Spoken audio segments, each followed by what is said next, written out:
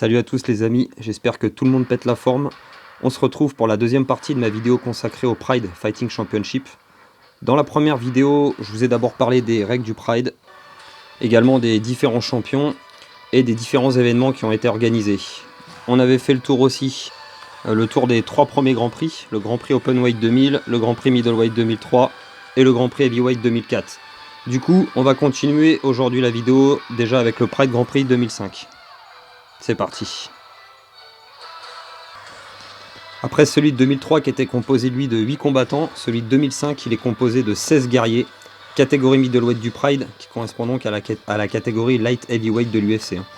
Beaucoup de gros noms de l'époque participent et le niveau il est plus élevé qu'au précédent Grand Prix 2003. Dans le premier carré, on retrouve encore le japonais Kazushi Sakuraba, déjà vétéran de l'organisation. Face à lui, le combattant coréen Dong Si-kyun. Avec eux dans le premier carré, on retrouve le brésilien Ricardo Arona et il est lui opposé à l'américain Dean Lister. Dans le premier combat, le japonais Kazushi Sakuraba se débarrasse du coréen en KO en 38 secondes, parce qu'il était vraiment novice en MMA le coréen. Quant à Ricardo Arona, il domine l'américain Dean Lister par décision. Il gagne le combat par décision. On retrouve du coup dans le premier quart de finale du Grand Prix 2005 le japonais face au brésilien. Arona punit Sakuraba avec de gros coups de genoux à la tête depuis la garde. Sakuraba au sol ne peut absolument rien faire. L'arbitre arrête le combat KO technique, victoire du brésilien. Pas très propre parce qu'à plusieurs reprises, Ricardo Arona il a appuyé avec ses doigts sur une grosse plaie ouverte sur le visage du japonais, en laissant le pauvre Sakuraba dans un piteux état. Le ton il est donné, pour gagner, certains comme Ricardo Arona ils sont prêts à tout pour remporter ce Pride Grand Prix. Dans le deuxième carré du tournoi, on retrouve le japonais Kazuhiro Nakamura, un élève du judoka Hideko Yoshida. Face à lui, on retrouve l'américain Kevin Randleman, qui était un petit heavyweight, donc il a tenté sa chance dans le Grand Prix middleweight. On retrouve le champion du Pride, Wanderlei Silva. Face à lui, son ancien adversaire du Grand Prix 2003, le judoka Hideko Yoshida. Nakamura il domine Kevin Randleman, notamment grâce à son judo ou sa boxe même. Il passe pas loin de le terminer, mais il gagne la victoire par décision. Quant à Wanderlei Silva, lui, il gagne à nouveau une seconde fois par décision face au japonais. Toujours pas de finish. Lui qui avait habitué les fans à des KO à chacun de ses combats, il parviendra pas à finir Yoshida sur les 2 combats. C'est vrai que le japonais aussi a beaucoup de cœur, et comme vous pouvez le voir, il a terminé les 2 combats à chaque fois avec beaucoup de dégâts au visage. Pour le deuxième quart de finale, Nakamura il décide d'échanger debout avec Wanderlei Silva, et il se débrouille plutôt bien au début jusqu'à ce qu'il commette une erreur qui lui sera fatale. Le haut de son kimono n'arrêtait pas de le gêner, et à un moment donné il tente de l'enlever en plein combat. Et Wanderlei Silva, il en a profité de l'occasion, il s'est jeté dessus, il l'a touché au visage. Nakamura il n'était pas prêt pour cet échange là et il venait juste de jeter sa veste. Il se fait donc finir par KO technique. Wanderlei Silva remporte le quart de finale. Il rejoint donc l'autre brésilien, son compatriote Ricardo Arona en demi-finale. Dans le troisième carré, on retrouve déjà présent au Pride Grand Prix 2003 Alistair Overeem. Face à lui, l'ancien champion de l'UFC qui venait perdre sa ceinture face à Randy Couture, le brésilien Vitor Belfort. A nouveau dans ce troisième carré, on retrouve l'Ukrainien Igor Vovchanchin et qui va être opposé au japonais Yuki Kondo. Dans le premier combat opposant donc Overeem face au brésilien Vitor Belfort, Overeem il déroule. Belfort lui il traversait une mauvaise passe à cette époque-là, c'était plus que l'ombre de lui-même suite à l'enlèvement et au meurtre de sa jeune sœur. Overeem donc il lui roule dessus, il lui place une guillotine, l'obligeant Vitor Belfort à abandonner. On le retrouve complètement bouche bée au milieu du ring après que l'arbitre ait mis un terme au combat, comme s'il ne comprenait pas ce qui lui arrivait le brésilien. Mais quelques temps après, il a réussi à se retourner et à se remettre dans le droit chemin. Quant à l'Ukrainien Igor, il déroule face au japonais Yuki Kondo, fort de toute son expérience, et il gagne le combat par décision. Dans le troisième quart, on retrouve donc le Hollandais face à l'Ukrainien. Et cette fois-ci, Overeem il perd pas de temps, il profite de la différence de taille qu'il y a entre les deux. Il place la même guillotine qu'à Vitor Belfort, mais cette fois-ci en à peine 1 minute 20. L'étreinte de la guillotine est vraiment trop forte et oblige Vovchanchin à abandonner. Alistair Overeem rejoint donc Ricardo Arona et Wanderlei Silva en demi-finale. Dans le quatrième et dernier carré, sûrement le plus relevé du tournoi, il réunit 4 légendes du MMA.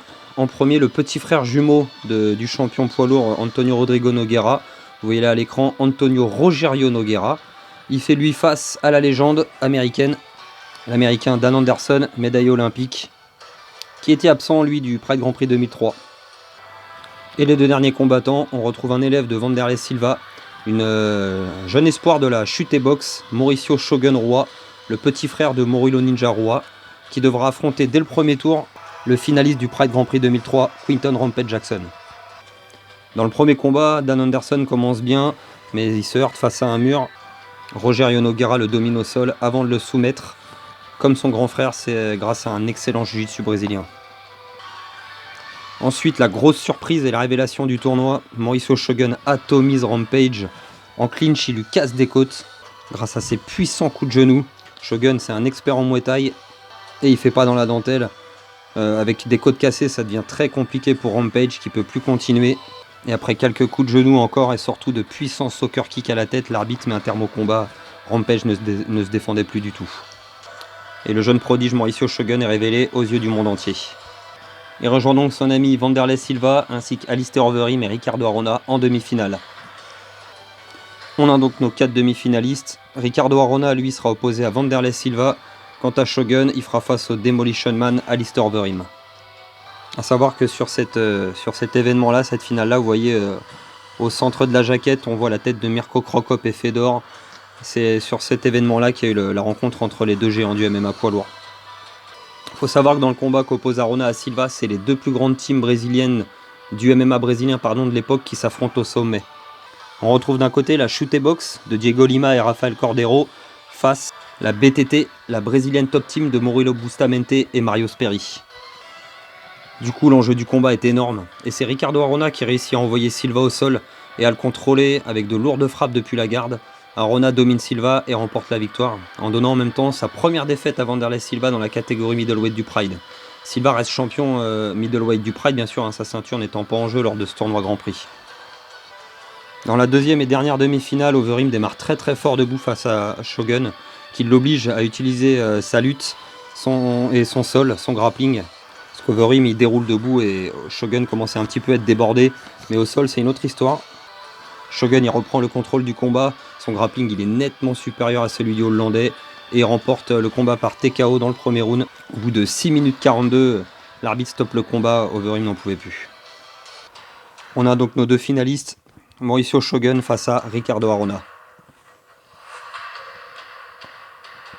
Shogun il commence le combat un petit peu plus frais. Il a moins bataillé que Arona. Arona, lui, il a dû combattre pendant 15 minutes contre Wanderlei, qui l'a bien fatigué.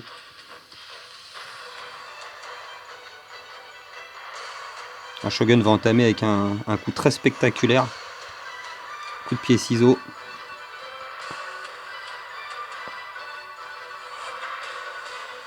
En temps normal, Arona, il aurait facilement pu essayer de l'emmener au sol derrière, mais c'est vrai qu'il était épuisé, Ricardo Arona. Vous voyez, il n'arrive même pas à le contrôler au sol, il se fait directement prendre le bras.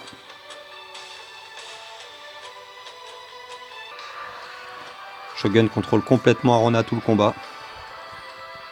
Et Ricardo, vraiment, il est épuisé, il fait pas que survie, mais presque. Et après un petit stomp raté, là, vous allez voir, il le termine en grand pound. Shogun est champion du Pride Grand Prix 2005.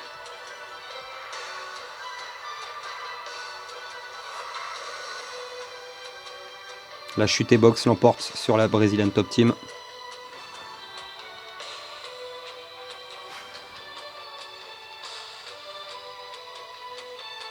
Wanderlei Silva est ravi.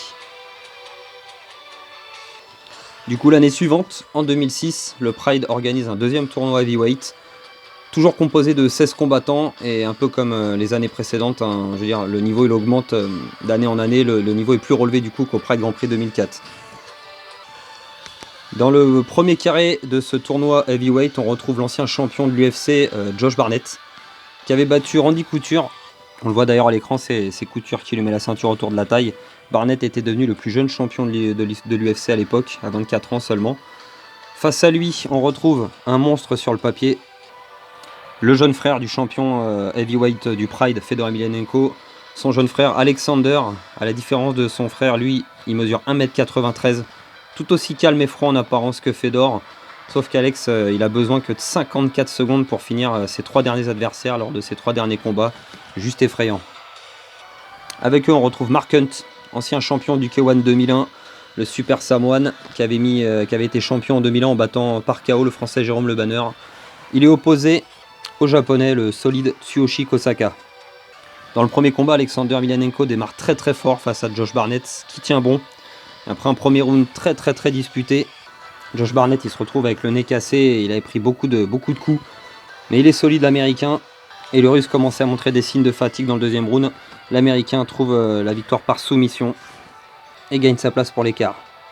Ce combat était vraiment une véritable guerre et Barnett il montre que dès le premier combat, le niveau il est supérieur, donc comme je disais au début, à l'année 2004. Quant au deuxième combat, le japonais étant plus expérimenté en MMA que Mark Hunt, et il déroule pas mal au début, mais Mark Hunt, c'est un véritable tank, il encaisse tout ce que Kosaka lui envoie et finit par trouver le chaos technique au bout de 14 minutes. Le japonais, il a beaucoup de cœur, mais il a tout donné et il en peut plus. L'arbitre met un terme au combat. Mark Hunt se retrouve donc en quart face à Barnett. Mais l'américain, il est intelligent, il prend pas de risque, il envoie directement Mark Hunt au sol dès l'entame du combat, et en profitant des lacunes du kickboxer au sol, et il arrive même à le soumettre du coup en à peine 2 minutes. Ça paraît même facile limite. Josh Barnett est donc le premier qualifié pour les demi-finales. Dans le deuxième carré, on retrouve le tout jeune champion du monde de Jiu-Jitsu brésilien Fabricio Werdum. Face à lui, on retrouve le Hollandais Alistair Overeem qui s'est qualifié pour le tournoi heavyweight en battant la terreur Sergei Kharitonov. Et en dernier, on retrouve le Brésilien, ancien champion poids lourd du Pride, Antonio Rodrigo Nogueira, qui lui est opposé à son compatriote brésilien, le gargantuesque Zulunzilo, qui doit bien peser au moins 150 kg. Dans le premier combat de ce carré, Werdum réussit à soumettre Alistair Overeem grâce à son excellent jiu-jitsu brésilien qui fait la différence. Overeem est stoppé net dès les poules du tournoi poids lourd. Quant à Nogueira, lui, seulement 2 minutes 17 lui suffisent à soumettre Zulunzilo.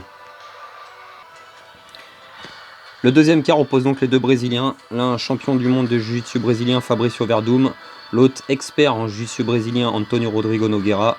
Et l'expérience de Nogueira en MMA a fait quand même la différence. Forcément, c'est pas un combat de JJB, et Werdum, un petit peu encore timide à l'époque, se fait dominer sur l'ensemble du combat.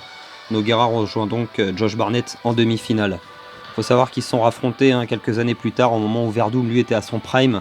Quant à Nogueira, il était plutôt en fin de carrière, c'était à l'UFC, et Werdum a réussi à soumettre Nogueira. Dans le troisième carré, on retrouve le croate Mirko Cro Cop Filipovic, qui est opposé au japonais Ikuiza Minowa, qui est plutôt un middleweight plutôt qu'un heavyweight, mais c'est un tournoi open weight et il y a des petits gabarits aussi.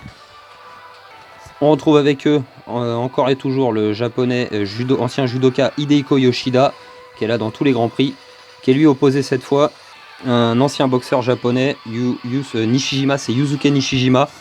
Et c'est ça qui était cool au Pride, dans ce combat-là, on a un gars en kimono expert en judo face à un ancien boxeur avec les gants de MMA, bien évidemment.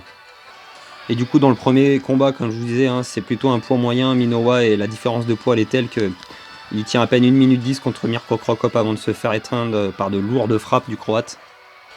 Quant à Yoshida, il soumet facilement Nishijima en à peine 2 minutes 33. On retrouve du coup dans le troisième quart Cro Cop face à Yoshida.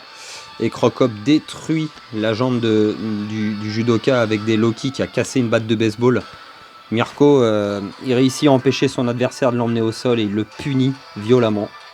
Yoshida, il a pris des coups tellement puissants dans la jambe qu'il ne peut plus se relever. L'arbitre met un terme au combat et Mirko Cro Cop est qualifié pour les demi-finales. Yoshida devra même être porté pour pouvoir sortir du ring.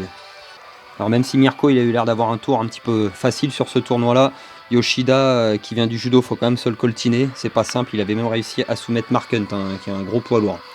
Donc Cro Cop rejoint donc Antonio Rodrigo Nogueira et Josh Barnett en demi-finale. Et dans le quatrième et dernier carré, on retrouve le très solide Kazuyuki Fujita. Face à lui, le colossal, le titanesque James Thompson. On devait avoir en plus Fedor dans ce carré-là, mais blessé. Il a été donc éliminé du tournoi et remplacé par le champion middleweight Wanderlei Silva. C'est vrai que c'était simple à l'époque au Pride. Imaginez aujourd'hui à l'UFC si un grand champion se blesse, par exemple, et il t'en amène un deuxième comme ça, un autre champion qui prend le combat. Ça arrive de temps en temps, bien sûr, comme Volkanovski qui a remplacé Charles Oliveira, mais Je sais pas si vous voyez ce que je veux dire, là il s'agit quand même d'un tournoi et on appelle un champion d'une catégorie inférieure. Enfin, vraiment le Pride c'était un peu en mode balèque à l'époque. Hein. Les combattants ils chipotaient pas quoi, on les appelait pour combattre, ils venaient, ils combattaient, point. Du coup Fujita et Thompson se livrent une véritable guerre debout. C'est un combat assez fun même si c'est des coups vraiment brouillons, hein, ça part dans tous les sens. Et à ce jeu là, le japonais il est plus solide que l'anglais. À un moment Fujita il lui envoie une énorme droite au menton. On voit une grosse goutte de sang sur la caméra. L'anglais est KO et Fujita donc se retrouve en quart de finale.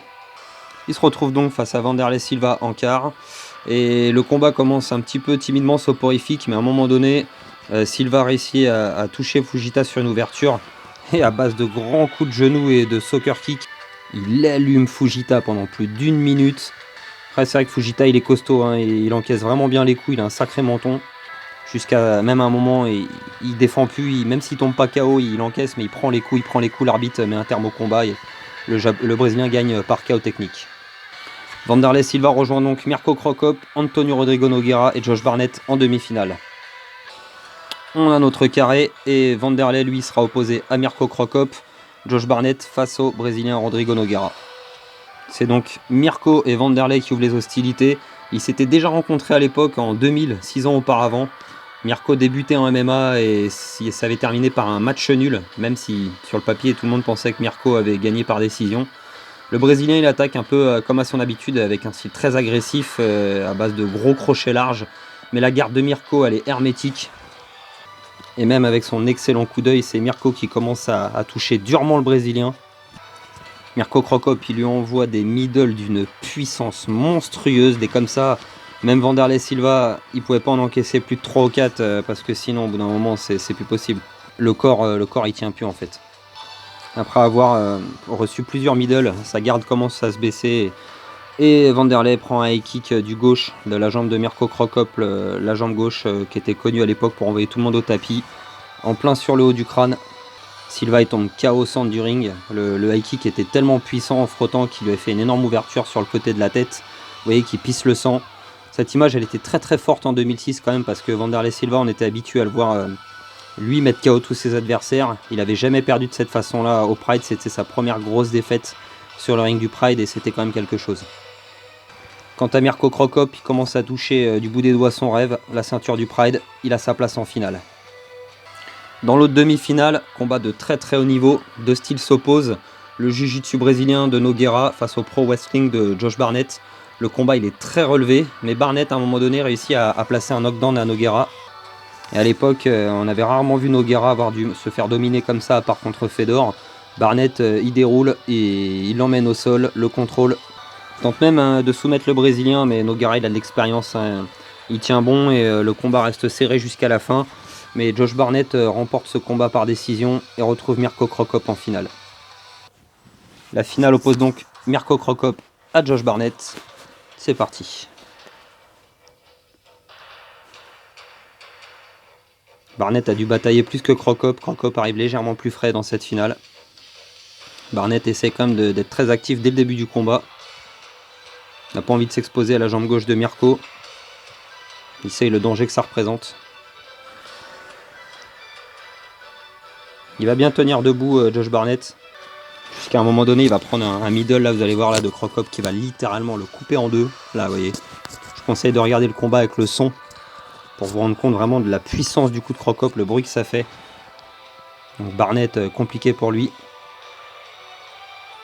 Mirko l'allume. Très très fort avec des coups très lourds. Barnett s'écroule par terre au bout d'un moment tellement il... je crois qu'il va même chuter lui-même. Mirko qui cherche à en finir. Il a touché Barnett, il va en finir le plus rapidement possible. C'est pas le combat complet, hein, j'avance un petit peu. Vous allez voir un grand endpoint extrêmement agressif.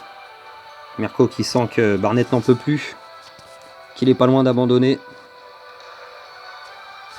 Et très peu de temps, regardez, comment il enchaîne les frappes. Jusqu'à un moment, il va prendre le coup de trop.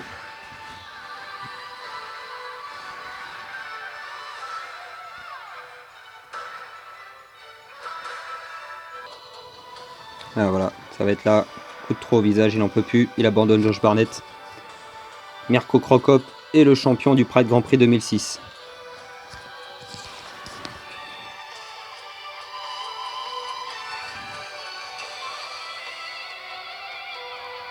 Après le combat, Josh Barnett dira en interview ce soir-là, Mirko était imbattable.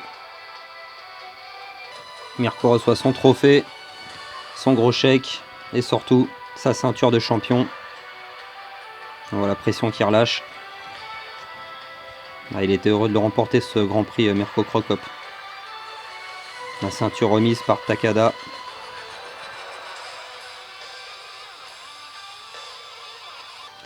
Je vous conseille de regarder tous les tournois que je vous ai montré là, tous les combats, je veux dire des tournois vraiment. Si vous avez découvert le MMA il y a quelques années, que ce soit récemment avec des stars comme Shimaev ou un peu plus anciens, McGregor, Khabib Nurmagomedov, et vous ne connaissiez pas le Pride, n'hésitez surtout pas à regarder les premières années du MMA, que ce soit à l'UFC ou au Pride bien sûr. Vous découvrirez l'évolution du MMA comparé à aujourd'hui, c'est vraiment intéressant, surtout si le MMA moderne vous plaît. En plus des Grands Prix, les événements de fin d'année du Pride étaient vraiment intéressants et des fois ils organisaient des clashs entre le Pride et le K1, comme vous pouvez voir là montré à l'écran. Et ça nous donnait des oppositions vraiment sympathiques sur le ring du Pride. On avait le droit par exemple à l'excellent combat Jérôme Le Banner contre Don Fry, ou encore toujours Jérôme Le Banner mais cette fois opposé à l'américain Gary Goodridge, qui n'est pas américain d'ailleurs, je ne me rappelle plus de quel pays il vient mais il n'est pas américain, je dis une bêtise. En tout cas des oppositions de style vraiment cool à l'époque. A savoir aussi qu'il y a eu d'autres Grands Prix, il n'y a pas eu que ceux que je vous ai récap là. Il y a eu le Pride Grand Prix 2005 catégorie Lightweight, qui a été remporté par Takanori Gomi, qui était le champion du Pride, Lightweight déjà. Et il y a eu aussi dans la même année le Grand Prix Welterweight, qui a été gagné par Dan Anderson, qui était comme Gomi également champion de la catégorie, et il a remporté le Grand Prix de sa catégorie. Et on a eu un troisième Grand Prix en 2006. C'était également un Grand Prix welterweight, mais Dan Anderson, il était plus au Pride à cette époque-là, et il était parti à l'UFC, et ce tournoi-là, il avait été remporté par le japonais Kazuo Misaki. Je pense qu'il avait battu d'ailleurs Denis Kang en finale. Combat vraiment intéressant, et je pense que je vous ferai une vidéo sur ces Grands Prix-là pour les voir en détail, parce qu'ils étaient vraiment intéressants aussi. A savoir aussi qu'au Pride, il y a plusieurs combattants français qui sont passés sur le ring du Pride, sur les combattre dans l'organisation. Là, vous pouvez voir à l'écran un Français qui s'appelait David Baron, qui avait combattu également à l'UFC. Son seul combat au Pride, les Japonais l'ont opposé au champion, ni plus ni moins, Takanori Gomi. Alors le Français David Baron a perdu, mais il a fait une très belle prestation. Comme vous pouvez voir, Gomi lui soulève le bras pour le féliciter. On a eu également un autre Français, Cyril Diabaté. Et pareil que David Baron, les dirigeants du Pride lui n'ont pas fait de cadeau dès son premier combat. Il a dû affronter le champion du Pride Grand Prix 2005, Mauricio Shogun Roi. Belle prestation également de Cyril Diabaté qui se débrouille bien debout, mais les premiers rounds du Pride, comme je vous l'ai expliqué au début de la première vidéo, il dure 10 minutes et niveau cardio, ça a commencé à devenir compliqué pour The Snake. Shogun gagne par KO technique, mais Cyril Diabaté avait vraiment fait un superbe fight. Un autre Français qui a combattu également au Pride, Greg MMA, qui est connu, la star sur YouTube de Karaté Bushido, qui s'appelle Grégory Bouchlagem. À cette époque-là, pareil, encore une fois, pour son seul combat au Pride, il a été opposé à Paulo Filho, la terreur de la catégorie qui personne ne voulait l'affronter. Le Brésilien était invaincu, il roulait sur tout le monde, il terminait quasiment tous ses adversaires. Et Grégory Bouchlagem, il a tenu jusqu'à la décision. Il a pris beaucoup de coups, mais il a montré une superbe garde au sol. Il a montré vraiment un bon niveau. Il était jeune, Greg MMA, il avait la trentaine, il me semble, à cette époque-là. Et il perd donc par décision, mais comme les deux autres Français avant lui, il fait une très très belle prestation. On avait eu également Jean-François Lenog, qui avait affronté le japonais Sanae Kikuta, et il avait perdu par décision. Le seul Français à avoir réussi à gagner sur le ring du Pride, c'est Bertrand Amoussou, un pionnier du MMA français qui vient du judo, qui a fait énormément dans l'ombre pour le MMA français, et il a gagné par KO technique face à Miyazono. Donc en tout cas, pour moi à l'époque, le Pride, pour tout ce que je vous ai résumé depuis le début, c'était une meilleure organisation que l'UFC, pour plusieurs raisons. Donc déjà, c'est Pride Grand Prix, ces tournois, son roadster poids lourd et mi-lourd qui était le meilleur de l'époque. Il y a peu de combattants de l'UFC qui ont réussi à briller au Pride. Tous leurs représentants, ils ont été éliminés des Grands Prix. Et à l'inverse, puisque le Pride en 2007, malheureusement, disparaît, il est racheté et aspiré par l'UFC.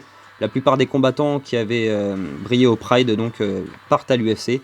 Et ils ont tous réussi, donc, pour la plupart en tout cas, comme par exemple Quinton Rampage Jackson. Lui qui n'avait jamais réussi à devenir champion du Pride, il réussit à devenir champion de l'UFC en à peine 2 combats. On l'oppose face à Chuck Liddell qu'il avait réussi à battre au Pride. Il réussit à le battre à nouveau, donc il devient champion light heavyweight de l'UFC. On a également Mauricio Shogun Roy, vainqueur du Pride Grand Prix 2005, qui réussit à devenir champion light heavyweight de l'UFC en 2010, en battant l'invaincu Lyoto Machida. On a aussi Antonio Rodrigo Nogueira, ancien champion poids lourd du Pride, qui a jamais réussi à récupérer son titre contre Fedor, qui arrive à l'UFC et qui bat le champion Team Sylvia. Il est devenu donc champion par intérim. Et les champions, à l'époque où Rodrigo Nogueira et Fedor se battaient au Pride, les champions de l'UFC, c'était Arlovski ou Team Sylvia, justement. Donc on se demandait à l'époque s'il y avait une opposition entre les champions qui gagneraient. On avait eu la réponse, puisque Nogueira avait battu Randy Couture juste avant par décision. Non, après, pardon, excusez-moi, il a battu Randy Couture après, par décision. On a eu Dan Anderson aussi, même s'il n'a pas réussi à devenir champion de l'UFC. Il a échoué à 2 reprises contre Rampage et Anderson Silva. Mais tout le monde a vu la plupart de ces combats là-bas. Enfin, je veux dire, surtout ce KO exceptionnel contre Michael Bisping. Pour Wanderlei Silva, Mirko Cro Cop ou encore Takanori Gomi, ça a été un peu plus compliqué. Eux, leurs belles années étaient déjà derrière eux, leur prime était passé. Mais Wanderlei Silva nous a fait d'excellents combats quand même face à Keith Jardine. Ou encore face à Chuck Liddell. Il avait changé de catégorie après Silva, il avait fait de superbes guerres aussi contre Kung Lee. Et contre l'ancien champion middleweight de l'UFC, Rich Franklin. Pour Mirko, lui, il avait pris un sale KO contre Gonzaga en 2007. Mais il avait réussi à prendre sa revanche quelques années plus tard. Et il nous avait fait aussi un super combat contre Pat Barry. Quant à Takanori Gomi, l'ancien champion lightweight du Pride, lui, ça a été vraiment compliqué. Il a signé qu'en 2010 à l'UFC. Et vraiment, comme je disais avant, son prime était vraiment déjà passé. Et il a alterné victoire-défaite jusqu'à enchaîner plusieurs défaites et à prendre sa retraite. Mais je vous conseille de regarder ses combats au Pride. Il roulait sur toute la catégorie lightweight du Pride. Il terminait quasiment tous ses adversaires. Reste Fedor, le plus grand, The Last Emperor, n'a jamais réussi à signer à l'UFC.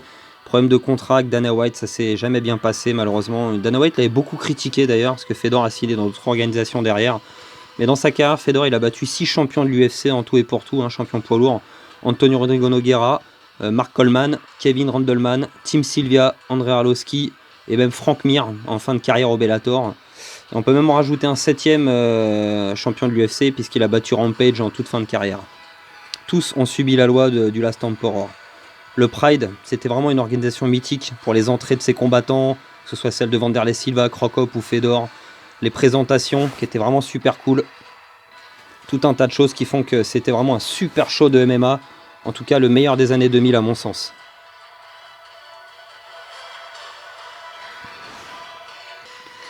Voilà les amis, cette vidéo sur le Pride est terminée. J'espère qu'elle vous a plu. Si c'est le cas, n'hésitez pas à lâcher un pouce bleu pour récompenser le travail. À vous inscrire sur la chaîne. Ça m'a pris quand même plusieurs heures pour faire tous ces montages. En tout cas, c'était un vrai plaisir de me replonger dans les heures du Pride, de revoir toutes ces images. N'hésitez pas à aller regarder les combats sur internet, que ce soit les grands prix ou les plus grands combats de l'époque du Pride, je vous les conseille vivement. Je vous souhaite une bonne soirée et je vous dis à très bientôt. Ciao à tous.